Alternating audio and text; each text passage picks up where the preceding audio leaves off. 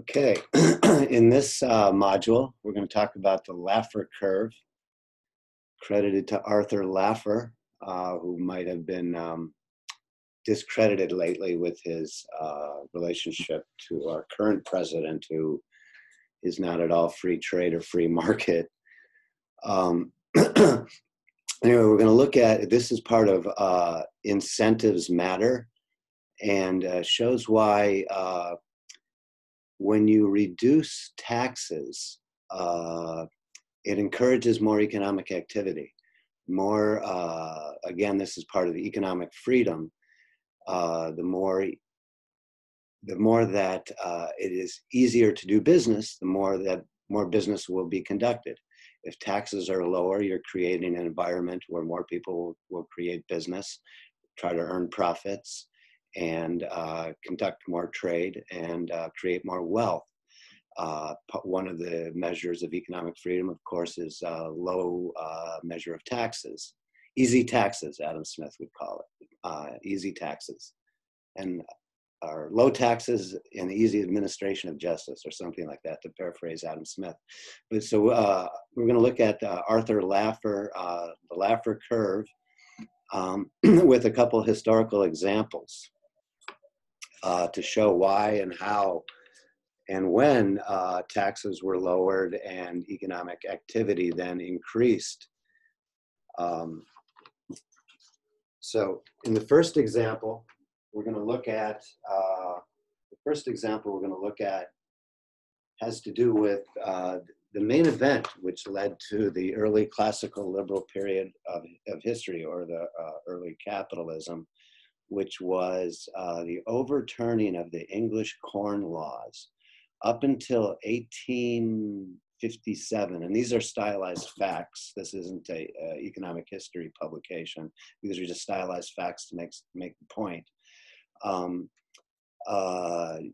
Up until the Irish potato famine of the 1850s, England had very high trade barriers against foodstuffs in order to keep the wealthy landed class in power, in order to prevent competition in agriculture goods, in order to keep the landed class in power. And then you had the Irish famine. So England then allowed free trade, or reduced their trade barriers, which then encouraged trade in agriculture goods.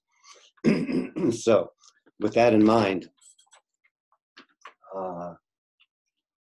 so let's say we are, of course, so here's the Laffer curve. If the tax rate is 0, of course, government revenues will be 0. If the tax rate is 100%, of course, government revenues will be 0, because no one will be doing business in their jurisdiction. So let's say that, for the sake of argument, that in 1845, the tariff on foodstuffs into England was 90%.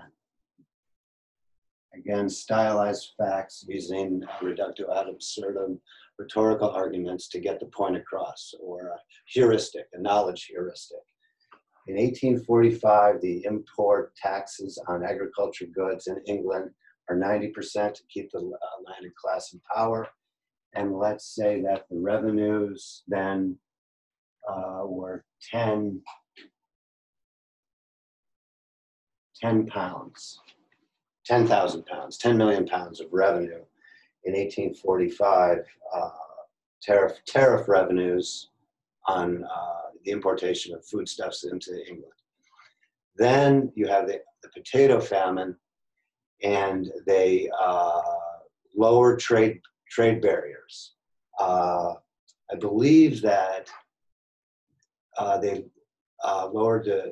announced in 1857 that they would lower trade barriers each year between 57, 58, 59, and 60 to give people to adjust.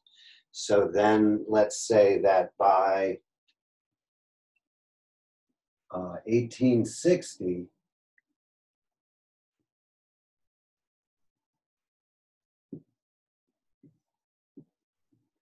the trade barriers are now down to, let's say, 10%. The tariffs on agriculture importation into England is now down to 10%. So during this period of time, while the tariffs are being lowered, you're getting more economic activity, bringing, in fact, more government revenues due to the lowering of tariffs, encouraging trade, productivity, and wealth creation. In fact, the government gets more revenues. It's a historical example of incentives matter, lowering taxes encourages economic activity. Incentives matter. Same thing happened in, the next example I'm going to give is in the 1970s, that you had a huge buildup of the welfare state. You had the U.S. going off the post-Bretton Woods gold standard, and you had in England, was labor is not working. Well, they showed everybody on the dole. So you had the Thatcher and Reagan revolutions against the overbuildup of the welfare state. And this Thatcher-Reagan revolution was lowering taxes and privatization and things like that. Again, this isn't an economic history class. In the United States, you had very high, let's say, when did Reagan get elected? 1980. So let's say in 1980, in the United States, the highest income tax category was 96%. The highest income tax category. And in England, you know, if the Beatles and who doesn't, George Harrison had that song Tax Man, which was about, what, 95 for you and 5 for me, or whatever it was, how England was taxing so high that the Rolling Stones and the Beatles left England because they were being taxed so high. So let's say in the United States, the highest income bracket, progressive taxation, and we've looked at interpersonal comparisons of utilities and the excuse for progressive taxation, tax the rich. The highest category in 1980 for income tax is 96%. Then Reagan gets elected, taxes are lowered, and so let's say by 1986, the highest income tax bracket, again, let's say for the sake of argument, is 40%.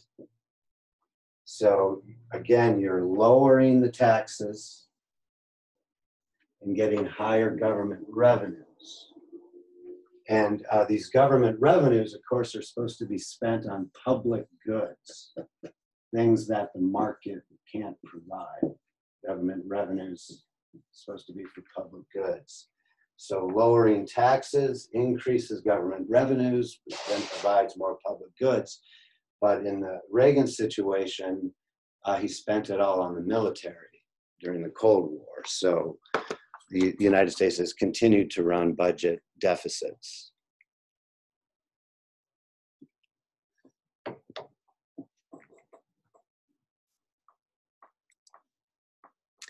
And we've done a show on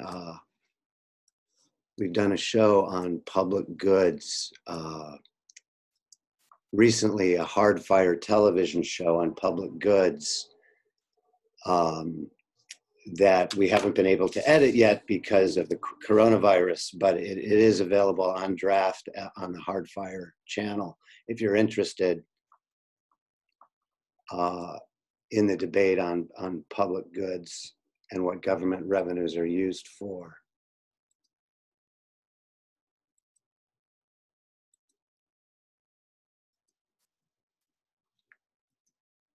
So that concludes this module on incentives matter and the Laffer curve. Thank you.